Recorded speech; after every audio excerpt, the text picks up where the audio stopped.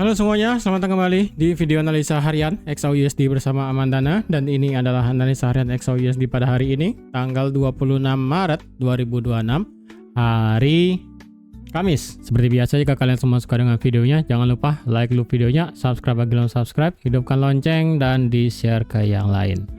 Oke, jadi kalau kita lihat pergerakan goldnya, ya dalam kurun waktu 12 jam terakhir, atau enggak 24 jam lah bisa saya bilang, ini tidak kemana-mana.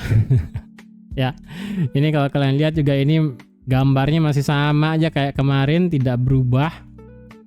Ya, ini tidak berubah. Jadi overall gambarnya masih sama sih di sini. Masih sama, mengharapkan masuk ke sini sebelum lanjut bisa turun. Oke. Mungkin sekarang saya lebih untuk update masalah apa yang terjadi selama 24 jam terakhir ya. Masalah US, Iran, Israel, dan teman-temannya. Untuk masalah berita nanti malam. Nanti malam kita ada berita tentang tingkat pengangguran mingguan ya, unemployment claim, yang dimana di sini diperkirakan akan naik sedikit dari 205 ke 211 ribu. Ya ini sih tidak akan terlalu gimana-gimana sih ya. Jadi kita lebih lihat apa yang terjadi selama 12 atau enggak 24 jam kemarin. Oke, kita lihat ya. Karena kalau kalian ngeh ya, ini beritanya ngebuat XAUUSD-nya beneran diem di tempat. Ketika market sesi Asia buka, ya kan, masalah ingin ceasefire, marketnya kan langsung door. Mungkin lebih tepatnya bukan sesi Asia ya. Mungkin lebih tepatnya pada saat sesi Australia doang. Ya, ini kan marketnya buka jam 6 ya kan, sesi Australia jam 6, jam 7, jam 8, jam 9. Tepat pada saat sesi Asia buka ya jam 9 atau enggak jam 8 lah, tergantung jam berapa Asianya itu. Ya, jam 8 atau enggak jam 9 ya udah.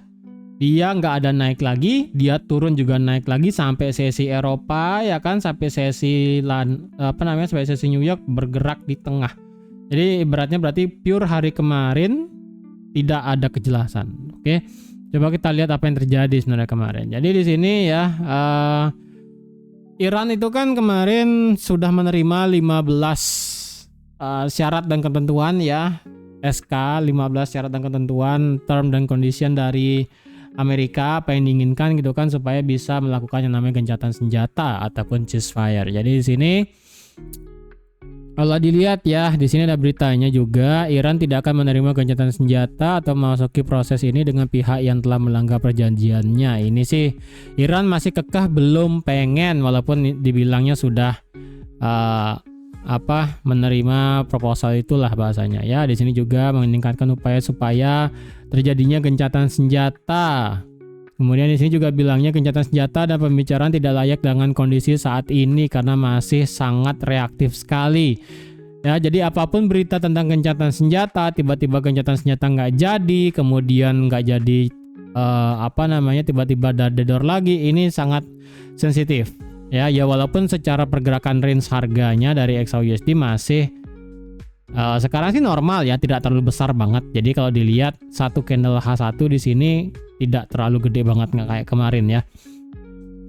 Nggak pada saat di hari Selasa atau nggak hari Senin tuh candle H1-nya bisa sampai 1000 pip, itu kan gila ya. Nah jadi kemarin selama hari Rabu itu H1-nya sih paling gede cuma 600 pip. Ya nggak terlalu besar banget candle H1-nya. Oke, lanjut lagi. Kemudian mana lagi ini jam bukan.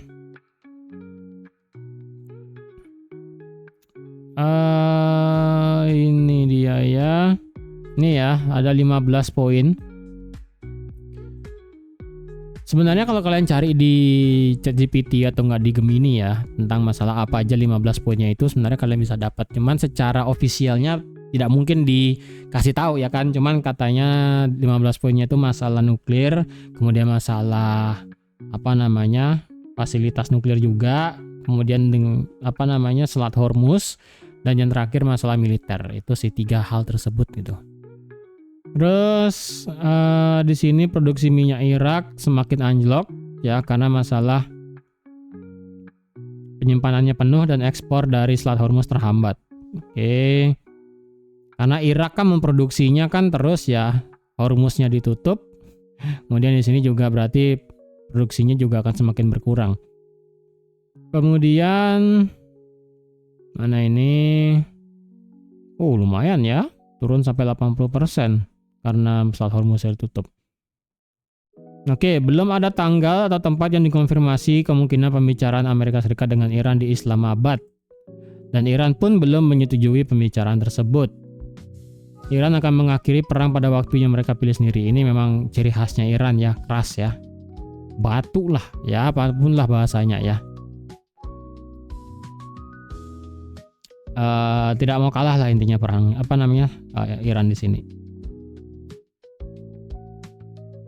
Oke, ya ini alasan-alasannya.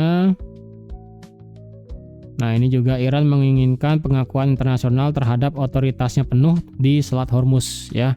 Jadi Selat Hormuz tetap kalau misalnya ingin gencatan senjata harus ada pengakuan internasional terhadap Selat Hormuz dari Iran. Kemudian lanjut lagi, mana dia ini? Di sini ya, pembangkit listrik tenaga nuklir Iran diserang lagi. Ya ini tepat banget jam berapa ini ya? Jam 23.16. Semuanya nih ya, dolar, S&P dan oil loncatnya barengan.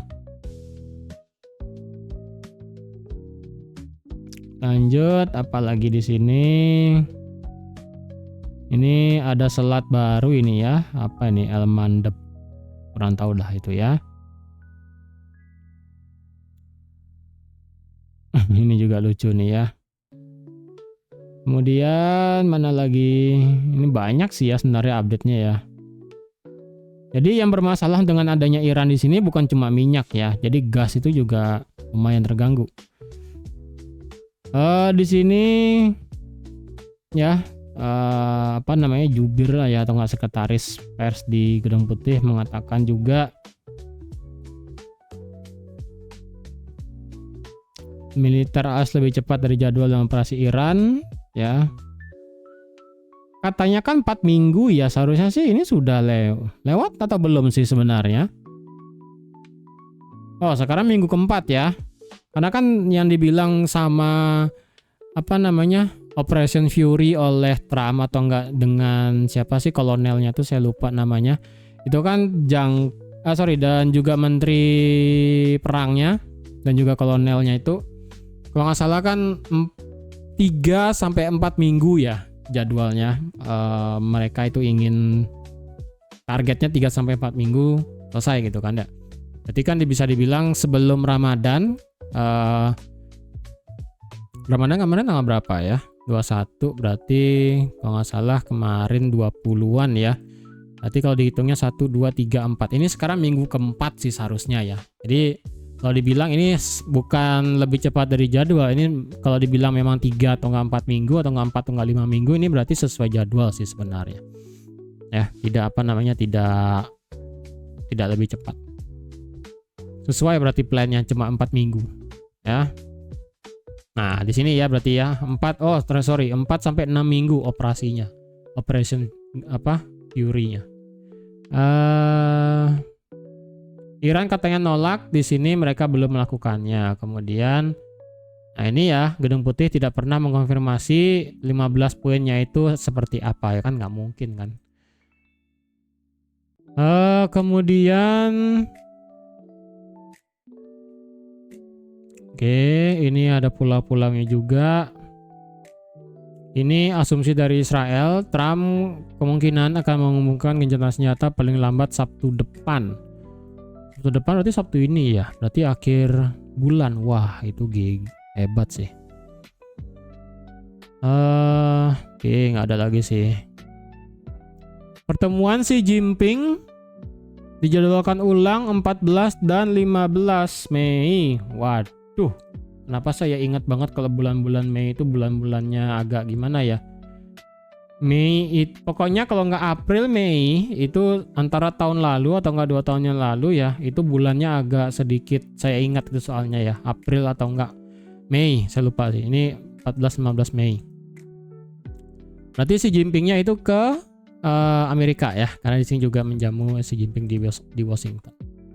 Berarti lagi 1 bulan ya. Berarti April nggak jadi, Mei berarti ya. Kita akan lihat. Mungkin drama Iran akan selesai pada bulan ini ya. Kemudian bulan depan mungkin ada drama baru. Nah, bulan Mei baru akan ada drama tentang tarif lagi. Jadi siap-siapin ya.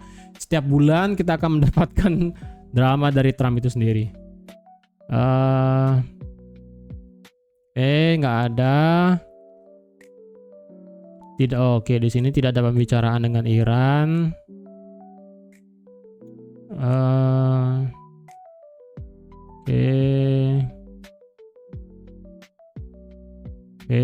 Lanjut. Iran tidak menginginkan perang, hanya ingin mengakhiri konflik secara permanen.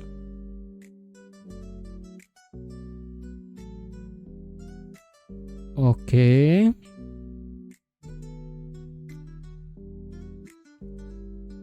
Sebagian pasukan Amerika Serikat dipindahkan ke hotel dan kantor. Oke.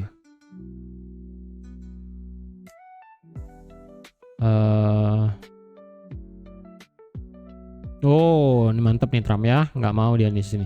Trump menolak gagasan dari Perdana Menteri Israel, gila sini, untuk menyerukan pemberontakan di Iran. Ini Trump biasanya kan ini ya, kalian tahu lah ya, Israel dengan Amerika itu gimana. Tumben di sini Trumpnya bisa nolak nih ya gagasan untuk bisa ground invasion ke Iran. Ini udah ditolak sih. Nggak mau jadi bonekanya Israel ternyata. Oke.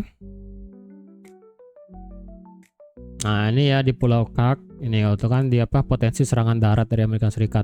Harusnya sih ini nggak ada ya, karena Trump sendiri menolak gagasan adanya pemberontakan di Iran.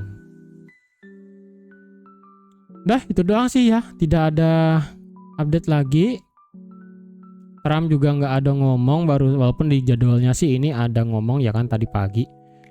Jadi di sini tidak ada kata-katanya sih ya, ini nggak ada. Oke. Jadi secara news kalau dibilang masih simpang siur ya, masih belum jelas masalah mau gencatan senjata atau enggak gitu kan ya, masih santai. Sekarang gimana? Well, kalau kita lihat berarti ya udah kembali lagi ke daily sama yang dibuat saya buat kemarin ya, di sini dan di sini udah. Oke. Karena marketnya di sini masih belum bisa tutup di atas 4550 ya, ini saya pakai 4550 ya sekali lagi biar genap aja. 4550 berarti marketnya masih gimana ya, masih condong untuk belum bisa naik kenceng. Oke, ini saya geser deh biar nggak saya hapus ya. Ya udah, ini kalian bisa lihat naik kemarin ya kan, tinggi sampai 4600, reject ke bawah dan tutup di 4500 berapa ini? 4507 ya. Oh ya, di sini saya lupa kemarin ya. Sebenarnya kalau kalian pakai Fibonacci kemarin saya hampir lupa infoin ya. Kalau ditarik dari sini sampai sini ya kan, kemarin itu kalau dibilang marketnya apakah bisa selesai untuk masalah retracement, kalau kita ukur secara Fibonacci, yes, ini sebenarnya sudah kena 38,2 ya, walaupun secara presisinya banget, aduh ini tipis banget ya. Ini kalau saya pakai ini kan 4602,38, 38,2 Fibonya 4602,61, tipis banget ya kan. Jadi karena tipis banget di sini ya, saya toleransikan ini sudah kena 38,2-nya. Dan sekali lagi, saya pribadi menganggap adalah jika market sudah retrace minimal 38,2 dan jika kedepannya marketnya memilih untuk melanjutkan penurunan, melanjutkan tren turunnya, ya udah berarti itu sudah retracement yang minimum ya, retracementnya kecil, bukan berarti tidak ada. Karena ini kemarin sudah 38,2, sudah kena 4600, apakah itu sudah memungkinkan marketnya itu untuk lanjut lagi turun ke bawah hari ini atau enggak sampai besok? Ya, kita lihat dulu ya. Jika semisalnya hari ini marketnya tutup di atas 4550 dan dibarengi dengan marketnya tutup di atas 38,2. Jadi untuk sekarang kuncinya adalah jika hari ini kita mendapatkan body candle close di atas 4550 plus di atas 38,2 Fibo. Maka ini akan menjadi trigger, marketnya akan melakukan retracement lagi ke atas, bisa sampai ke area yang di sini, ya kan, 4.700-an, fair value gap daily dan sebagainya. Di sini juga ada 50%-nya, di sini 1,8, OB dan sebagainya. Tapi kalau misalnya gagal hari ini untuk yang namanya balik lagi di atas 38,2, walaupun hari ini misalnya dia tutup di atas 4550, menurut saya itu belum menjadi trigger yang valid, marketnya masih bisa untuk retracement naik. Bisa aja dia hanya mengecoh tutup di atas 4550, ya kan? Dia mengecoh harganya naik di atas 4550, tapi in the end dia lanjut untuk melanjutkan tren turunnya ke bawah. Dan anggaplah misalnya marketnya di sini selesai di 4.600 dan potensial reject ataupun potensial melanjutkan penurunannya. Ingat, kita masih punya target di sini di 3770. Dan kalau kita cari ya di sini, kalau kita pakai teori lagi ya, yang dimana kita memakai candle tidak punya ekor, kita sebenarnya di bawah sih nggak ada candle nggak punya ekor sih sebenarnya ya, punya ekor semua. Walaupun secara sekilas di sini kayak nggak ada gitu kan ya, tapi kalau dilihat segini ya sepertinya nggak ada candle, nggak ada ekornya. Kita masih punya target di 3770 dan let's say 38,2 selesai dan marketnya reject ya, anggaplah. Kita coba cocok logi dari sini sampai sini. Dah. Cocok loginya sama. Oke? Di sini. 37 berapa ini? 3785 ya. Nah, ini cocok loginya sama. Inilah yang menyebabkan kalau semisalnya marketnya bisa tutup di atas 38,2, di atas 4.600, berarti ya udah marketnya akan memilih untuk lanjut retrace naik ke atas ya kan.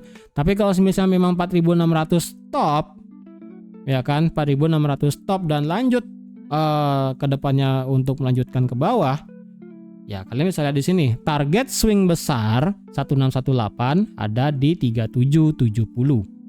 Ya, ini yang di sini ya, ini swingnya yang di sini nih. Bentar ya. Yang ini ya, swingnya yang di sini nih. Nah, ya, yang di tanggal 2 Februari di sini Fibonya. Oke, ini saya tarik lagi dah. Ini saya tarik di sini deh. Nah, tuh ya. Kan numpuk nih 1618-nya di sini.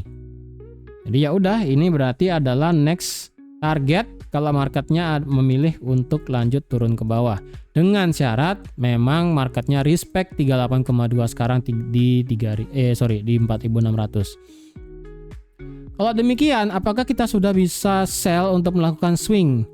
Problemnya memang dia kena 38,2 di sini ya kan. Cuma kalau dianalisa kemarin tuh kan 38,2 itu 4.600 hanyalah angka psikologi doang ya. Kalau dicari area bagusnya itu tidak ada sih, secara bearish point of interestnya nggak ada gitu kan ya. Cuman jika memang marketnya memilih seperti itu sih ya udah, mau diapain gitu kan ya. Better kalau mau cari swing ya, kalau memang ini marketnya memilih untuk lanjut turun ke bawah, ya lebih baik kita itu menunggu time frame kayak kemarin ya, time frame 1 balik lagi bearish, baru kemungkinan kita bisa menargetkan swing dengan target sampai bawah di sini ya, 3785, 3770 di bawah di sini. Dan itu pun sekali lagi adalah jika semisalnya marketnya masih bisa bertahan di bawah 4.600. Oke. Indikator mengatakan bagaimana? Ya, indikator mengatakan flat, stokastik 2722, RSI 34 ya, masih flat aja, dia tidak mau naik, dia tidak mau turun. Oke, kita ke bentar, ini dia sudah selesai belum ya? Dia saya lupa lagi ngasih tahu kemarin ya. Ya ini sebentar lagi satu ya. Kemarin kan saya juga ada bilang Fibonacci yang ditarik dari sini ke sini. Dari sini ke sini Fibonacci-nya pun juga sama berhenti di 38,2-nya. Jadi ya ini sama-sama berhenti di 38,2 sih. Jadi memang sekarang area di 4.600 akan menjadi titik titik balance sih kayaknya ya. Titik equilibrium untuk saat ini. Jika memilih marketnya balik di atas 4.600, marketnya akan melakukan retracement cukup panjang naik sampai 4.700, 4.800 mungkin bisa terjadi. Tapi kalau 4.600-nya bisa nahan, ya berarti marketnya akan memilih untuk melanjutkan tren turunnya sekali lagi. Tapi tergantung ya, kalau kalian point of view-nya adalah segini, ya tren ini adalah bearish. Ya. Tapi kalau kalian point of view-nya adalah segede gambreng di sini, ya kan? Lagi, tren itu tergantung bagaimana point of view kalian sendiri. Kalau ngelihatnya seperti ini kan trennya otomatis bullish, nggak ada kalian ngelihat ini trennya bearish.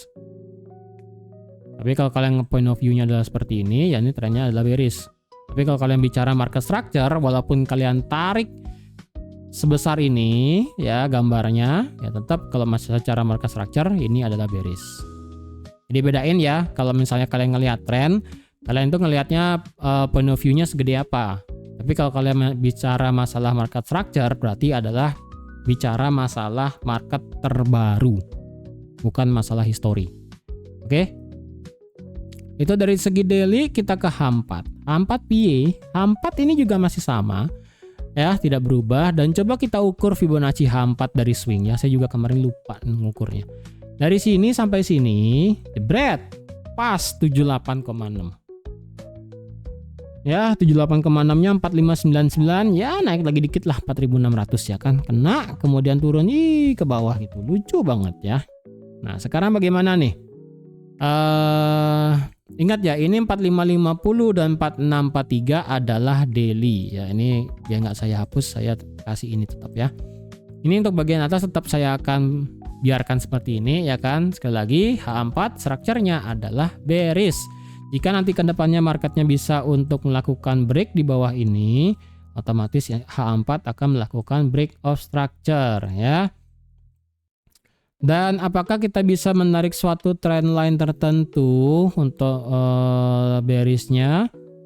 Coba kita tarik dari sini ke sini. Ini mothernya, ya ini mother. Nah, coba dari sini ya dah. Nah, terlalu maksa ya. Terlalu tidak bagus ya.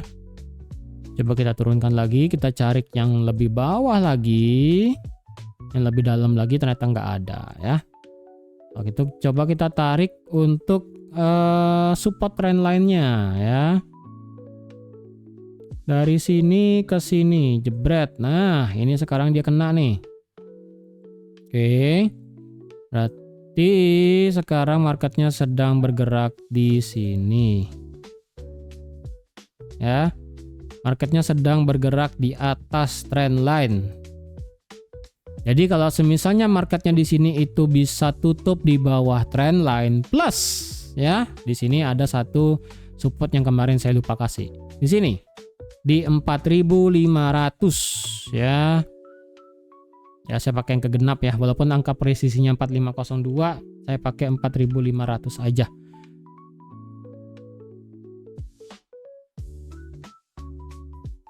Bentar, ini 4502, 4502,88. Oke. Sebentar. Ya, 4.500 lah ya. Walaupun secara historinya agak jelek ya. Apa saya katakan agak jelek? Jadi di sini ya. Dia ini pas dia berhenti di 4.500, dia langsung drop ke bawah, baru dia retest, baru dia turun lagi. Jadi agak sedikit kurang bagus di sini ya. Masalahnya biasnya di sini nih, ekor doang nih. Ya, 4.500 adalah support di time frame H4. Nah, senarionya adalah kalau kalian mau gabung ya, ini kan H4 4.500 selaku RBS ya kan. Ini kan selaku menjadi support sekarang. Kalau mau dicari versi line chartnya, bisa juga pakai ini ya, 4454 ya, 4455 lah. Ini biar angkanya genap ya, kembar 4455. Jadi jika semisalnya marketnya melakukan penurunan lebih lanjut, market lebih memilih untuk di bawah trend line yang pertama, kemudian yang kedua di bawah 4.500, yang ketiga adalah 4455. Dia turun ke bawah ya, menghabiskan lagi satu ini fair value gap bullishnya ya. Ingat, ini kan ada dua bullish fair value gap ya kan di sini. Nah, ini fair value gapnya yang sedang dites sekarang ini kan sudah dihabisin ya, anggaplah dihabisin ya. Ini kan lagi sauprit, ini saya nggak pakai lah ya. Ini kan sisa lagi satu doang nih. Berarti kalau misalnya market ini memilih untuk lanjut turun, ngelewatin 4.500, ngelewati trend line, menghabiskan fair value gap dan tembus 4455. Nanti kalau misalnya marketnya retrace, entah dia retest 4,5, retest trend line atau cuma retest 4455, nanti kalian bisa untuk melakukan sell ke bawah lagi. Kemarin di kolom komentar ada yang nanya bagaimana untuk masalah konfirmasi entry. Jujur, kalau saya pribadi untuk mencari konfirmasi entry, kalau mau cari versi amannya adalah cukup dua konfirmasi kalau saya pribadi. Ya, yang dimana time frame kecilnya itu sudah karakternya sudah berubah. Ya, yang dimana yang awalnya marketnya ngebuat let's say lah ya higher high, higher low itu kan, kemudian di time frame kecilnya ini sudah berubah menjadi change of character mengikuti time frame besarnya, kemudian ditambah dengan adanya bullish engulfing, baru saya akan buy ke atas dengan stop loss di bawah di sini. Jadi sama kayak di sini, berarti anggaplah harganya balik tuh kan ke bawah nih, ke bawah, kemudian dia retrace naik. Nah, ketika dia retrace naik kan otomatis marketnya kan awalnya begini ya, low ya kan, dan naik. Nah, ketika dia naik ini kan marketnya pasti akan begini nih. Nah, ketika dia naik kena suatu level tertentu dan berubah strukturnya dan ditambah ada bearish engulfing, baru saya akan entry dan stop loss di sini. Gitu. Ya. Kalau saya pribadi milihnya gitu. Tapi kalau hanya mengandalkan bearish engulfing aja, ya silakan. Kenapa saya lebih prefer itu adalah bearish engulfing? Ya, karena secara teorinya paling basic kan engulfing adalah suatu candle di mana momentumnya itu besar. Yang dimana dia mengengulf candle sebelumnya, yang berarti marketnya lebih condong untuk memilih melanjutkan ataupun ya memang melanjutkan untuk arah trennya. Kayak gitu. Contoh gimana? Kayak begini nih, ya. Ini kalau cuma memang memakai bearish engulfing, ya udah nih H4 nih bearish engulfingnya nih, ya. Naik, ya, reject, kelihatan reject ya kan? Kelihatan reject, H4 bearish engulfing jebret. Ya udah, marketnya apa yang terjadi? Bredel ke bawah. Ya. Kalau hanya mengandalkan bearish engulfing ya, contoh lagi H4 bearish engulfing. Nih. Segede gambreng nih bearish engulfingnya. Kalian mau langsung entry sell, stop loss di atas ini, ya silakan, tapi kan itu gede banget gitu. Ingat ya, kalau kalian entry itu lihat juga trennya masih bearish atau bullish. Jangan baru kalian ngelihat kayak begini ya, anggaplah sebelumnya seperti ini. Di sini kan kejadian sebelumnya kan di sini adalah low, lower high dan lower low. Apapun kejadian yang ada di bawah ini kan pasti kan adalah bearish. Terus kalian ngelihat di sini ada bullish engulfing ya. Kalian mau ngide untuk scalping ambil buy. Ya, kalian masanya lihat ke kiri, ini marketnya lagi bearish. Kalian ngelihat ada bullish engulfing, justru ya nggak boleh entry dong.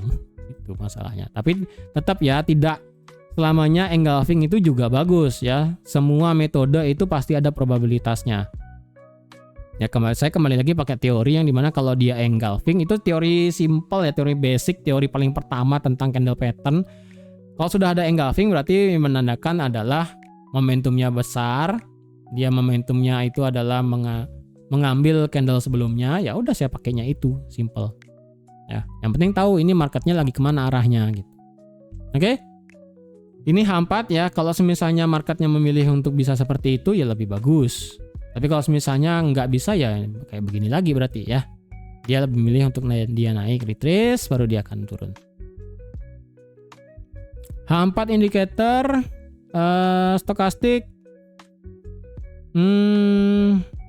potensi ngebuat bearish divergent gede gambreng bisa jadi ya.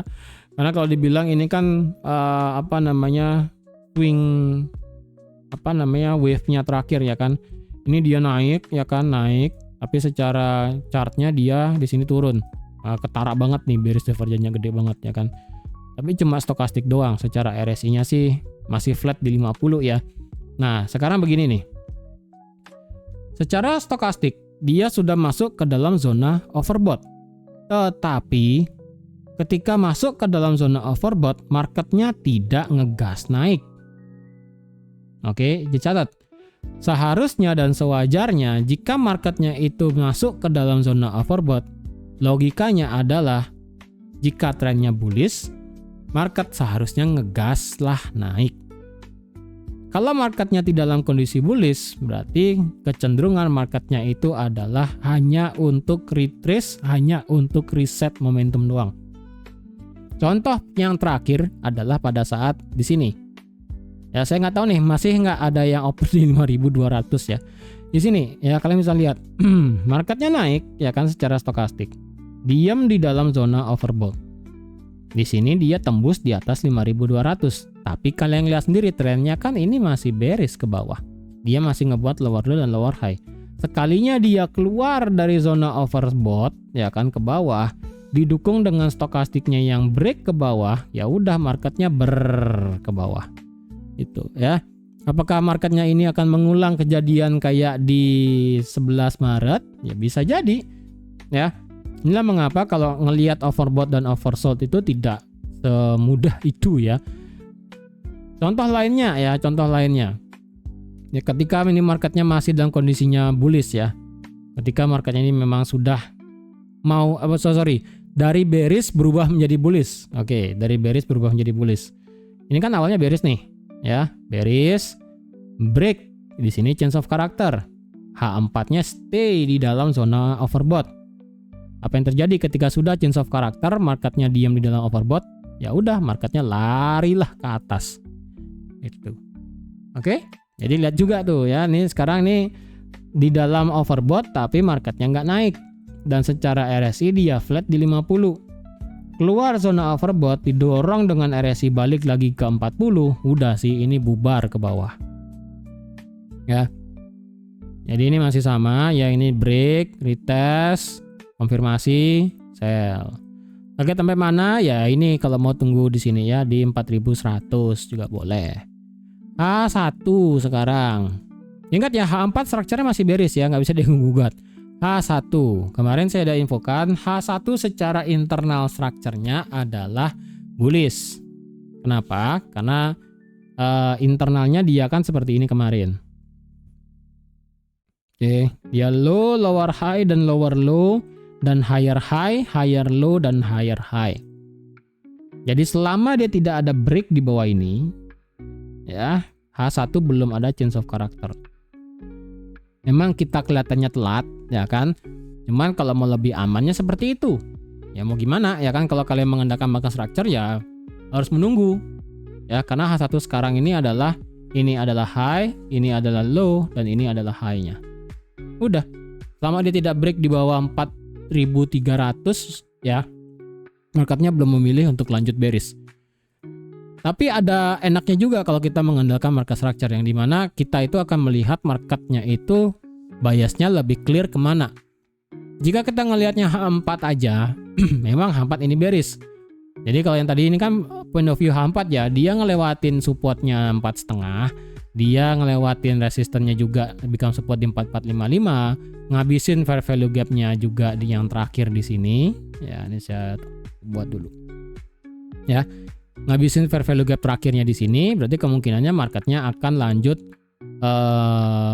turun ke bawah sampai menjemput breakout structure di 4000. Ini saya point of view H4 karena H4 ini masih bearish. Jadi ya udah cara tradingnya seperti ini. Kalau H1 beda karena berarti kan H1 ini marketnya sedang ke dalam kondisi trennya adalah bullish. Berarti kalau mau menunggu change of character berarti ya udah sama ya. Dia wajib turun dulu ke bawah kenceng ya kan, membuat change of character di sini dan ini kayaknya candle nggak punya ekor sih. Coba. Nah, ini kan ada satu nih, kembali lagi ya teori candle nggak punya ekor nih. Bener nggak ya? Coba. Oh, ya bener ya di sini ya. Hari Senin kemarin ini candle nggak punya ekor nih di harga 4268. Oke. 4268 berarti ada kecenderungannya berarti bisa begini yang dimana dia ini bentar nih saya geser dulu deh. Oke. Nih saya hapus deh. Kayaknya nggak bisa naik lagi sih. Dia turun ke bawah ya kan? Sorry. Turun ke bawah ya, secara perlahan mengikuti H4 nih ya. Turun, retest, turun, drop ke bawah ya kan, terjadi change of character, mengambil ini baru dia akan naik kenceng untuk retrace, baru dia akan drop ke bawah. Idealnya kalau enaknya kan begini, tapi menurut saya sih ini kejadian yang banyak diinginkan oleh trader ya kan. Dia simple soalnya nih ya, drop retrace, drop retrace, drop retrace dan sebagainya. Kayaknya sih justru bakatnya bisa begini sih nanti nih, drop kayak H4 nih, ke bawah tembus 4.300 change of character, ngambil utang di sini, ngambil demand ekstrim ya. Ingat ini masih bisa dikategorikan sebagai demand nih ya. Ini masih bisa dikategorikan sebagai area demand karena ini adalah H1 ya, atau nggak OB apapun lah bahasanya ya. Ini saya ulang deh gambarnya sebegini nih, set ke bawah kenceng sekali, langsung nggak ada obat ya kan, langsung drop jauh. Juga candle nggak punya ekor sih kayaknya ya, drop jauh sampai ngincer area demandnya, baru dia mental tinggi, mungkin dia retrace ya kan, baru dia akan turun lagi ke bawah. Nah ini skenario H4 nya itu adalah bisa begini nih. Nah skenario H4 justru bisa begini, dia langsung drop ke bawah, ngincar di main H1, baru dia mental, retest dia 4455 atau 4,5 atau nggak trend line, baru dia akan lanjut ke bawah untuk boss. Bisa jadi ya. Tapi nggak tahu deh nanti bakal seperti apa di time frame H1-nya. Kalau di time frame H1-nya, kalau masalah support resistance, sebenarnya sih di sini ada support resistance juga ya. Ini 4455 saya geser lah ya. Awalnya saya mau pakai ini ya di 4532, cuman ini menurut saya sih kurang works ya, kurang bagus.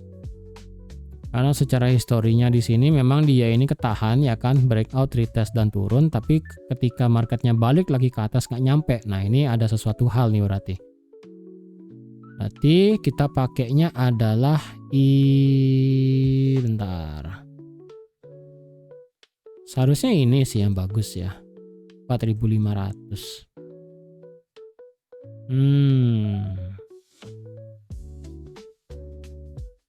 Seharusnya 4.500 sih ini bagus ya. Ini sih area sudah bagus sih 4.500. Ini tadi pagi marketnya drop, tutup di bawah 4.500, kemudian 1 jam berikutnya kan didorong naik lagi. Kayak nggak terima nih, kayak ibaratnya belum waktunya turun, tapi sudah mengasih sudah kasih sinyal ini marketnya bakal turun lagi. Ya menurut saya sih ini untuk secara H1 ya, kalau kalian ingin ambil posisi sell, selama ini marketnya tidak di bawah tidak break dari trend line-nya di sini ya. Selama ini H1-nya tidak break di atas trend line di sini ya, kalian masih ngide buat cari sell itu aja sih, nggak masalah. Mungkin sell sekarang atau nggak sell di mana juga ya boleh lah. Oke 15 menit sebentar, ini FVG H4 ya kan, 15 menitnya ya ini 15 menitnya area OB sih. Bentar, ini udah diambil sini red, belum, nyaris ya, ini nyaris nih, nyaris belum diambil. Ini FVG H4. Oke, berarti kalau yang ingin dicari sell sekali lagi ya, ini tidak boleh lewat. Kalau trend line-nya ini sampai lewat ya, berarti kemungkinan marketnya naik lagi ke 4.600, berarti agak sulit buat nge-sell-nya. Berarti di sini aja lah kita nge-sell kayak kemarin ya plan-nya. Itu sih.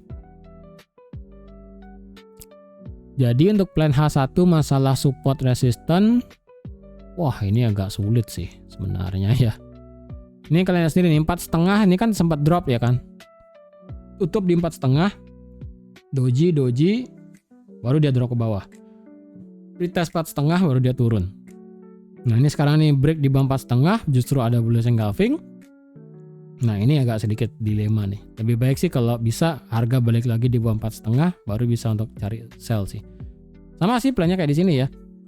Tapi karena di 15 menitnya kini kita ada demand, ini juga ada FVG H4. Ya mungkin aja skenario yang bagus yang diharapkan trader kemungkinan bisa terjadi sih. Nah dimana tadi ya, dia drop, retrace, baru dia drop, baru dia retrace gitu.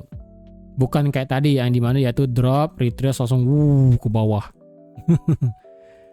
Semoga sih kayak begini ya, yang dimana dia drop, retrace. Jadi enak kita cari sell, TP, sell lagi, TP lagi, kayak gitu enak sih. Ini untuk trendline yang di bawah ini time frame H4 ya. Nah ini trendline H4, ini trendline bawahnya. Kalau yang atas ini adalah trendline H1. Oke. Jadi saya rasa sekian dulu ya untuk analisa XAUSD pada hari ini. Kalau ada yang ide untuk ambil posisi hari ini, sekarang sih ini marketnya masih dalam kondisi yang kurang enak, jujur ya. Di buy dia agak sedikit bermasalah, di sell ini juga masih belum bagus. Nah, jujur kalau ditanya, saya lebih prefer bagaimana ya? Karena adalah saya lebih prefer marketnya turun sesuai untuk persiapan kuartal 2. Ya udah. Saya lebih prefer untuk cari sell sih. Potensial swing apakah bisa terjadi? Semoga ya. Karena sekali lagi ya, saya tidak ada swing pada saat FOMC kemarin. Dan semoga ini menjelang akhir bulan memasuki kuartal 2 bisa dapat swing sih. Next swing ya sampai 3.900 atau enggak sampai ini 3.780. Oke. Jadi sekian dulu untuk analisa XAUSD pada hari ini. Terima kasih sudah nonton video sampai habis. Terima kasih juga sudah like, share, dan subscribe seperti biasa. Dan sampai jumpa lagi di analisa harian XAUSD selanjutnya. Bye bye.